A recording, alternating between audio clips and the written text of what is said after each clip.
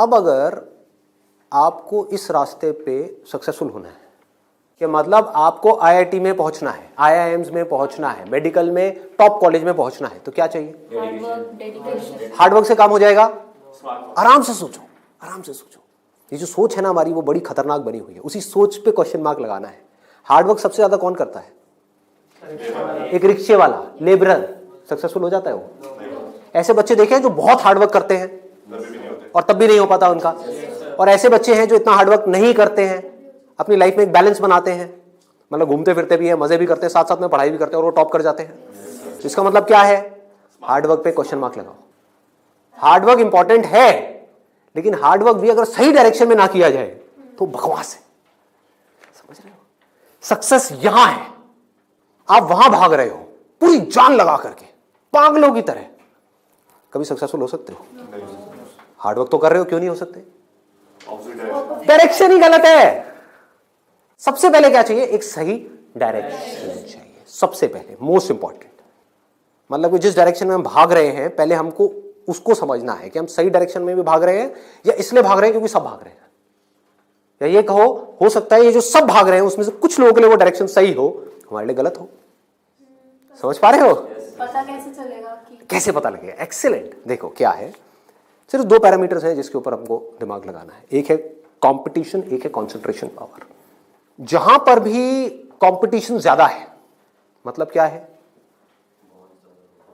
कि वहां पर लाखों बच्चे ट्राई कर रहे हैं, होना कितनों का है? 1%, 2%, 3%। रियलिटी है। मैं कुछ भी हाइपोथेटिकल बात नहीं करूंगा। क्या ये जो लाखों बच्चे ट्राई करते हैं, कोई भी ये सोच करके ट्राई करता है, लाखों रुपए जा करके कोचिंग इंस्टीट्यूट में स्पेंड करता है कि मेरा नहीं होगा? देखो कितना मजेदार है। मतलब लाखों को यह लग रहा है कि हमारा हो जाएगा। तो अब सबसे पहला यहां पर जो क्वेश्चन पूछना है, जो ना अभी पेरेंट्स पूछ रहे हैं ना बच्चे खुद पूछ रहे हैं, वो अपने आप से पूछना है। वो ये कि मेरी कंसंट्रेशन पावर्स कैसी है। सिंपल है ना? इसमें कोई कॉम्प्लिकेटेड है? कि अगर आपको इन कॉम्पिटिटिव एग्जाम्स में कॉम्पीट करना है, दिन में 10-10 घंटे पढ़ना है, 15-15 घंटे पढ़ना है, उससे भी काम नहीं होने वाला, क्योंकि बहुत लोग पढ़ते हैं फिर भी नहीं कर पाते। तो इसका मतलब क्या है? आपको अपने आप से सच बोलना होगा। अब ये बड़ा टेढ़ा काम है, क्योंकि दुनिया में हमारी आदत क्या पड़ी हुई है? झूठ बोलने की। हाँ, किसी से भी जाकर के पूछो, हाँ भाई तेरे में पोटेंशियल है, कर लेगा आईटी? हाँ मैं तो कर लूंगा, मैं तो कर लूंगा। फिर हुआ क्यों नहीं? हुआ क्यों नहीं? अरे वो लक साथ नहीं हो पाया, कोई वजह होगी, नहीं हो पाया। मतलब क्या था? डायरेक्शन ही गलत थी, स्टार्टिंग ही गलत हो गई। अब आप कैसे ये डिसाइड करोगे कि आपकी कंसंट्रेशन पावर स्ट्रांग है या नहीं है? माइंड की थोड़ा सा डेप्थ में जाते हैं। कैसे डिसाइड करोगे? जब भी आप किसी कॉम्पिटिटिव एग्जाम में कॉम्पीट कर रहे हो, तो आपको ये देखना होगा आपके कॉम्पिटिटर्स कौन है। फॉर एग्जाम्पल, आप एक रेस में भाग रहे हो, आपके साथ में कोई एथलीट है जिसने 10 साल प्रैक्टिस करी है रेस में भागने की। आप कभी नहीं भागे, धीरे धीरे जॉगिंग करी है, लेकिन रेस में कभी तेज नहीं भागे। जीत पाओगे उससे? करो हार्डवर्क। वो 10 साल से भाग रहा है और वो रुकने वाला नहीं है, उसके पास में पूरा का पूरा एक मोमेंटम है। वो अगले 2 साल तक भी ऐसे ही भागने वाला जैसे वो 10 साल से भागता आया है। आप अभी भागना शुरू कर रहे हो, तो पहले अपनी कंसंट्रेशन पावर्स को कंपेयर करना है किसी और के साथ। That is going to be a realistic solution. एक है थियोरेटिकल सोल्यूशन। थियोरेटिकल क्या है? माँ बाप कह रहे हैं बच्चों को भागो, बच्चे भी अंदर से कह रहे हैं भागो। यही हो रहा है, करेंगे करेंगे करेंगे करेंगे करेंगे, चार्ज अप हुए पड़े पागलों की तरह। इनको ये नहीं समझ पा रहा कि मेरे अंदर वो स्ट्रेंथ है भी या नहीं है। बहुत बारीक बात है, अगर इसको हमको समझ आए तो। एक बॉक्सिंग रिंग में आप हो, ठीक है, तो सामने देखो कि जो बॉक्सर है वो है कौन जिससे आप लड़ने के लिए जा रहे हो। इसी को तो कंपटीशन बोलते हैं। तो अगर उस कंपटीशन को आपको जीतना है, और जीतना ही है, हारना किसको है? किसको अपने माँ बाप के पैसे डुबोने हैं? किसको अपनी लाइफ खराब करनी है? जीतना ही है। तो जीतने का क्या तरीका है? पहले अपने कॉम्पिटिटर्स की स्ट्रेंथ को समझ जाओ। समझ लो कि आप कॉम्पीट कर किसके साथ में रहे हो। वो कैसे समझोगे? रियलिस्टिकली अपने आप से पूछो, अपने स्कूल के बैकग्राउंड के बेस पे या जो भी आज तक आपने किया है उसके बेस पे। कुछ बच्चे होते हैं जिनको एक चैप्टर है, मान लो एक बुक में, उसको पूरा याद करने में या समझने में 1 घंटा लगता है। आपको कितनी देर लगती है? 5 घंटे? 6 घंटे, 10 घंटे या आधा घंटा? ये पूछो अपने आप से। Then you will be able to जज your strength in comparison to your competitors. ये जो 13 लाख बच्चे हैं, इसमें से 10% बच्चे ऐसे हैं जिनकी कॉन्सेंट्रेशन पावर्स एक्स्ट्रा ऑर्डिनरी है।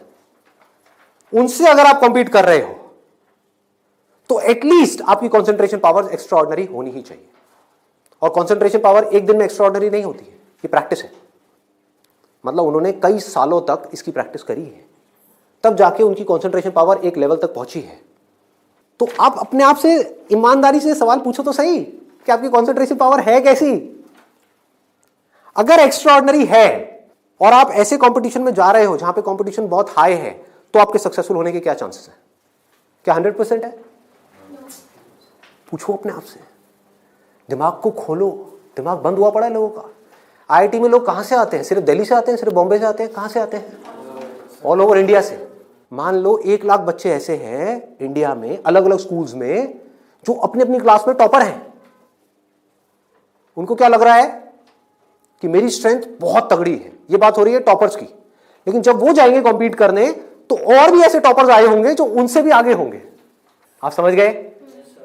तो यहां पे आपने क्या किया? एक बहुत बड़ा काम कर दिया, अपने आप से सच बोल दिया, और यही सच जा करके अपने घर वालों को बोल दिया। इससे क्या होगा? आप एक ऐसे कंपटीशन से बच सकते हो जहां पर आपके हारने के चांसेस बहुत ज्यादा है।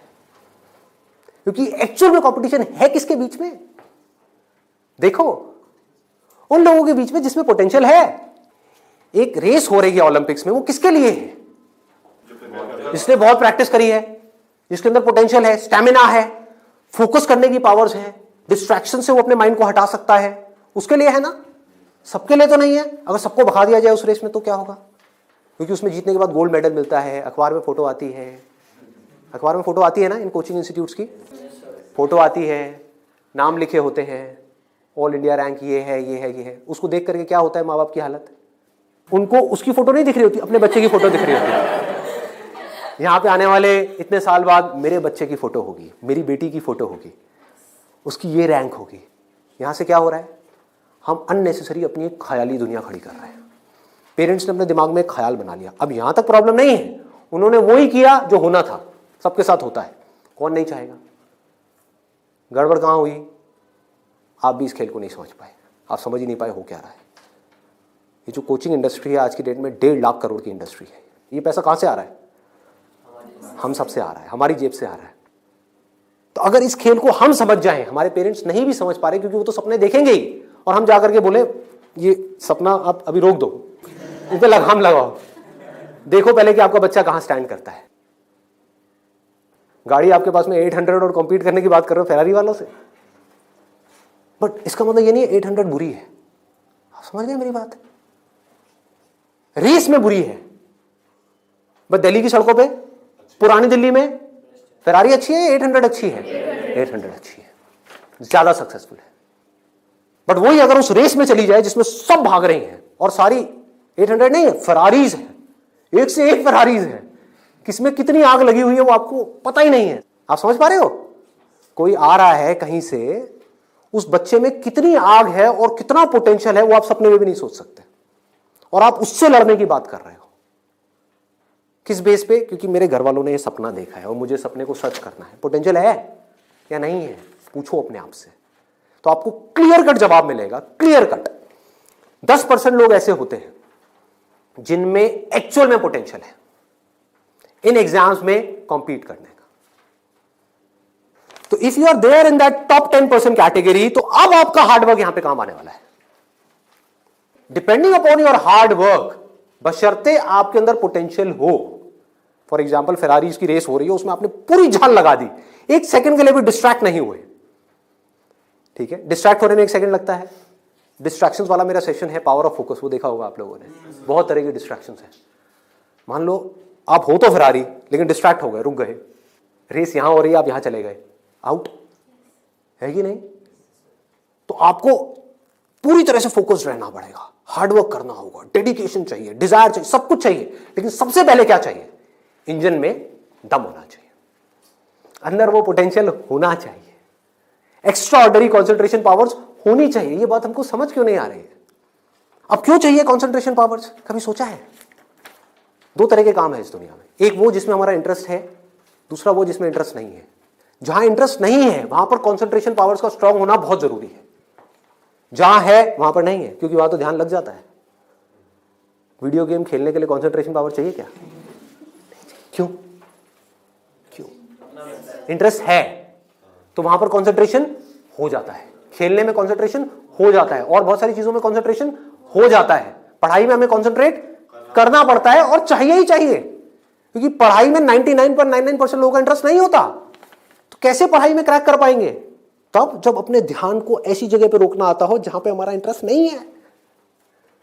और ऐसी स्ट्रेंथ कितने लोगों में होती है? सच सच बताना आज, मतलब ईमानदारी से, आप में से कितने हैं यहां पर जो आप क्लेम कर सकते हो कि मेरी जो कंसंट्रेशन पावर्स हैं वो एक्स्ट्राऑर्डिनरी है? ऑनेस्टली आपकी है? Let's give a big hand for it. हम सब में से सिर्फ एक की, और ट्राई कौन करते हैं? सब करते हैं। मेजॉरिटी ऑफ पीपल, सब तो नहीं कह सकते, मेजॉरिटी ऑफ पीपल करते हैं। है ना खतरनाक खेल? और एक बहुत बड़ी चीज हुई है अभी यहां पर, आप में से सिर्फ एक ने अपना हाथ उठाया, बाकी ने नहीं उठाया। इसका मतलब आपने क्या किया? सच बोल दिया, एक्सेप्ट कर लिया। अगर अपने घर पे भी एक्सेप्ट कर लो तो क्या होगा? खेल शुरू होने से पहले ही खत्म हो जाएगा।